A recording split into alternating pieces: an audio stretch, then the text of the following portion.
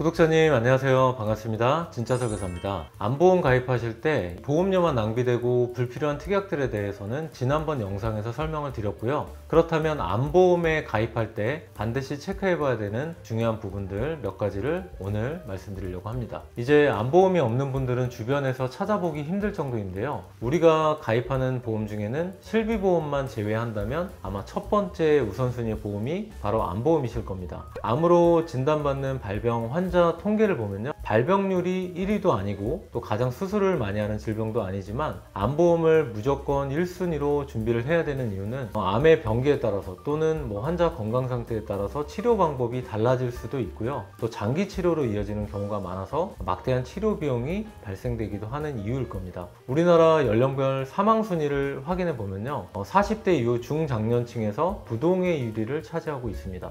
통계청의 자료를 보더라도 전체 남녀 인구 사망 원인 1순위는 악성 신생물이라고 불리는 암인데요. 2021년 남녀 사망 순위도 2022년도에 남녀 사망 순위 역시도 압도적으로 암이 1위를 차지하고 있죠. 짧게는 10년 또 길게는 30년까지도 보험료를 내야 되는데 한 번 가입하실 때 제대로 잘 가입하는 게 정말 중요하겠죠. 중간에 해지하고 또 갈아탈 수도 있겠지만 주변 지인이나 친척 설계사의 말만 믿고 가입했다가 후회하는 분들을 정말 많이 봐왔습니다. 그에 대한 금전적인 손해는 고스란히 여러분들께서 져야 되는 거고, 돈도 돈이지만 또 나이가 많아질수록 보험료가 비싸지기 때문에 시간도 버리게 되고 비용 또한 낭비하게 되는 거죠. 그럼 과연 암보험 가입할 때는 어떤 기준으로 봐야 될까요? 보험사별로 비교해서 가장 저렴한 곳으로 가입하기만 하면 되는 걸까요? 특히나 암보험이 정말로 심각한 것 같은데요, 똑같은 것 같은데 암의 보장 범위가 회사별로 제각각 다를 수 있다는 겁니다. 오늘 이 내용을 모르시는 분들이 정말 많은 것 같은데요, 저렴하다고 무조건 좋은 것도 아니고 비싸다고 무조건 좋은 것도 절대 아니니까 오늘 영상 꼭 주의 깊게 보셔야 됩니다.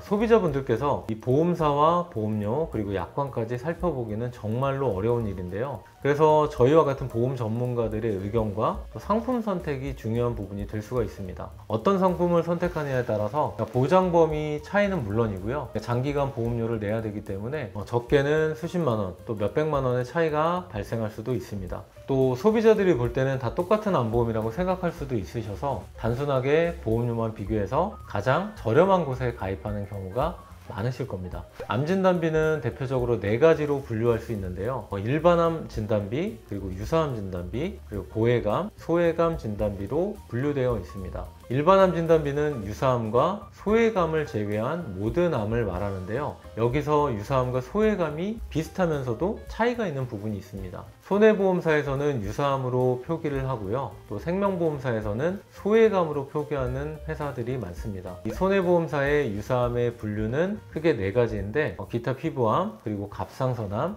경계성 종양, 제자리암, 이 4가지를 말하는데요. 그런데 여기서 문제점이 몇몇 생명사에서는 소해감의 약관을 조금씩 변경하기 시작합니다. 이 부분이 정말 중요하고 심각한 문제라고 생각하는데, 이제는 거의 모든 생명사가 소해감 진단비에 대장 점막 내암을 포함하고 있습니다. 악성세포가 이 상피세포층에 머물면 상피내암이라고 하는데, 즉 제자리암으로 분류하고 있어서 이를 근거로 일반암으로 인정하지 않고 소해감 진단비를 지급하고 있습니다. 대장암과 대장점막내암의 차이는요, 암세포가 침범한 부위가 대장의 어느 부위까지인가를 두고 구분짓고 있는데요, 이 악성세포가 점막 고유층과 점막 근육층까지 침범을 했다면 소해감과 유사암으로 지급하는 보험사들이 대부분입니다. 현재 A보험사의 보상 지침상 대장점막내암을 일반암으로 인정을 하고 있으니까 대장점막내암을 일반암으로 보장받길 원하신다면 이 보험사를 선택하시는 게 좋습니다.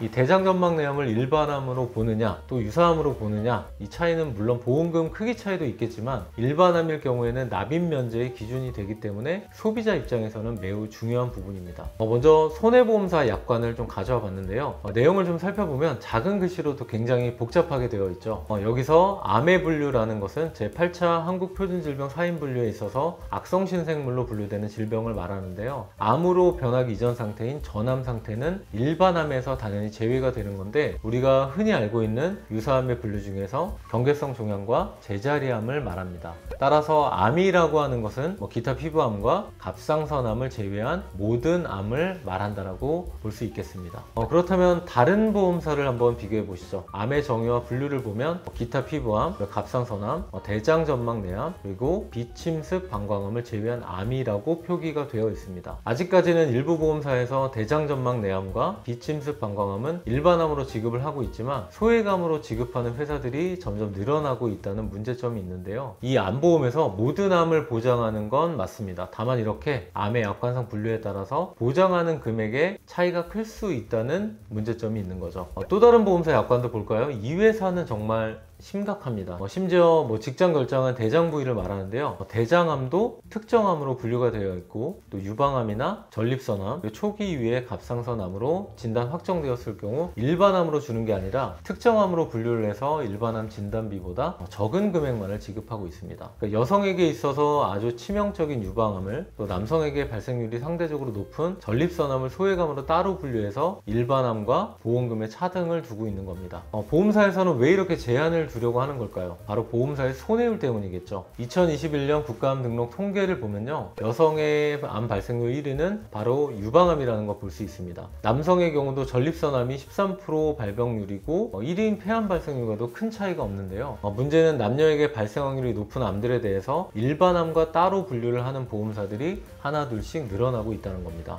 암보험 가입할 때 무조건 보험료가 저렴하다고 가입하는 것보다는 이런 내용들을 잘 따져서 가입을 하는 게 정말로 중요하겠죠. 보험료만 저렴하다고 가입하는 게 정답은 아니라는 겁니다.